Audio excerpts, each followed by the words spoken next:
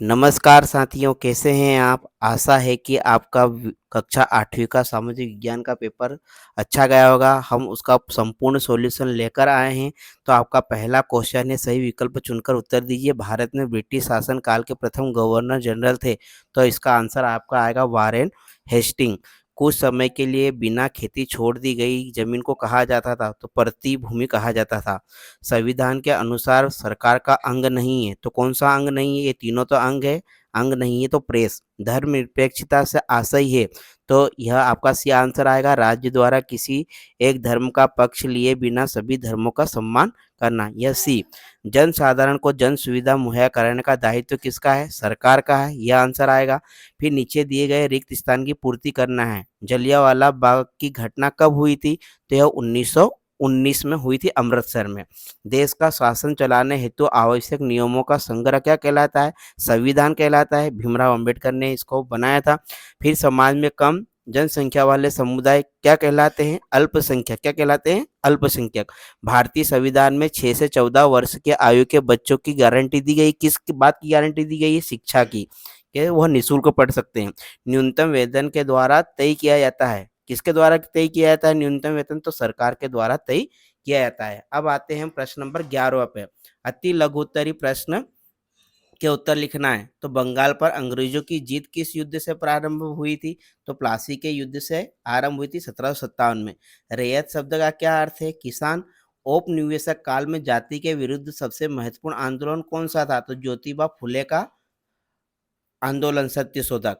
विवादों का निपटारा, न्याय की समीक्षा, लोकतंत्र की व्यवस्था बनाना किसके अधिकार क्षेत्र में है? तो न्यायपालिका के अधिकार क्षेत्र में है।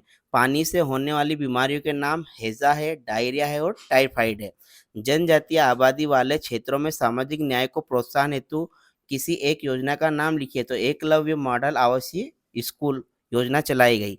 फिर अब आपका 17वां क्वेश्चन, भारत उत्तर भारत में 1857 के मुख्य विद्रोह का केंद्र कौन कौन से थे? तो दिल्ली, कानपुर, लखनऊ, झांसी, मेरठ, बरेली, बिहार का आरा, यह विद्रोह के मुख्य केंद्र थे। ईश्वर चंद्र विद्यासागर ने महिलाओं की स्थिति में सुधार के लिए क्या प्रयास किए?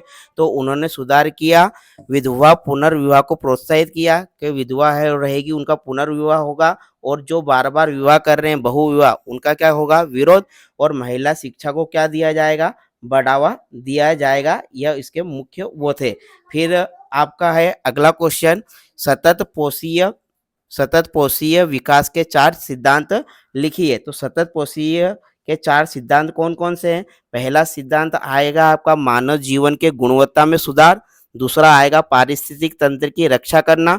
तीसरा आएगा संसाधनों का कुशल उपयोग। और चौथा आएगा सामाजिक समानता को बढ़ावा देना। फिर प्रश्न नंबर 20 है, झोंका भट्टी किस प्रकार कार्य करती है? उसका नामांकित चित्र बनाइए। तो आप चित्र तो बना ही देंगे। किस तरह का काम करती है? झोंका भट्टी एक ऊर्ध्वाधर भट्टी होती है जिसमें लौह अयस्क को कोक और चूना पत्थर के साथ पिघलाया जाता है। इसमें गर्म हवा नीचे से डाली जाती है जिससे कोक जलता रहे और गर्मी पैदा होती है। यह गर्मी अयस्क को पिघला देती है। पिघला हुआ लोहा भट्टी के नीचे से निकल जाता है। चित्र आप बना देना। फिर अगला है प्रधानमंत्री कौशल विकास के उद्देश्य क्या है? तो युवाओं को रोजगार परक प्रशिक्षण प्रदान करना, कौशल विकास को बढ़ावा देना, युवाओं को स्वराज के लिए प्रोत्साहित करना। अगला क्वेश्चन है आपका, निजी कंपनी की गतिविधियों को सरकार द्वारा नियंत्रित किया जाना क्यों आवश्यक है? तो उपभोक्ताओं की हितों की क्या होगी? रक्षा होगी। सामाजिक न्याय सुनिश्चित करने के लिए, पर्यावरण की रक्षा करने के लिए। अब आते हैं हम दीर्घ उत्तरी पर। तो प्रश्न नंबर 23 है, बंगाल विभाजन क्यों किया गया एवं इसका परिणाम क्या हुए? तो बंगाल विभाजन 1905 में लॉर्ड कर्जन द्वारा किया गया। इसका मुख्य उद्देश्य बंगाल के राष्ट्रवादी आंदोलन को कमजोर करना था। इसके परिणाम स्वरूप पूरे देश में विरोध प्रदर्शन हुए और स्वदेशी आंदोलन को बढ़ावा मिला। प्रश्न नंबर 24, प्राकृतिक वनस्पति तथा अन्य जीवों को विलुप्त होने का कारण क्लिक कीजिए। तो आपका आएगा वनों की कटाई, अवैध शिकार, प्रदूषण और जलवायु परिवर्तन। फिर प्रश्न नंबर 25 है, भारत में कृषि एक प्राथमिक क्रिया है, कारण लिखिए। तो अधिकांश जनसंख्या कृषि पर निर्भर है। यह खाद्य सुरक्षा प्रदान करती है। यह कई उद्योगों के लिए कच्चा माल प्रदान करती है। यह मुख्य वो है। अलोकप्रिय विवादास्पद कानून का जनता किस प्रकार से विरोध कर सकती है? शांतिपूर्ण विरोध प्रदर्शन, जन आंदोलन, अदालतों में चुनौती देना, मीडिया और सोशल मीडिया के माध्यम से जागरूकता फैलाना। इस तरह से हमने प्रश्न नंबर 26 तक पूरे सभी क्वेश्चनों को सॉल्यूशन किया। आशा है कि आपको यह वीडियो पसंद आया होगा। यदि आया है तो हमारे चैनल को सब्सक्राइब करें, हम क्योंकि आपके लिए हर पेपर का सॉल्यूशन प्रोवाइड कर रहे हैं। और कक्षा की 9वीं के लिए हम गणित की विशेष बैच स्टार्ट कर रहे हैं 1 अप्रैल से। तो यदि आप गणित में कमज़ोर हैं तो हमारे चैनल के साथ बने रहिए और आप हमारी प्लेलिस्ट में गणित के वीडियो जाकर देख सकते हैं क्लास 9th के। धन्यवाद। जय हिंद, जय भारत।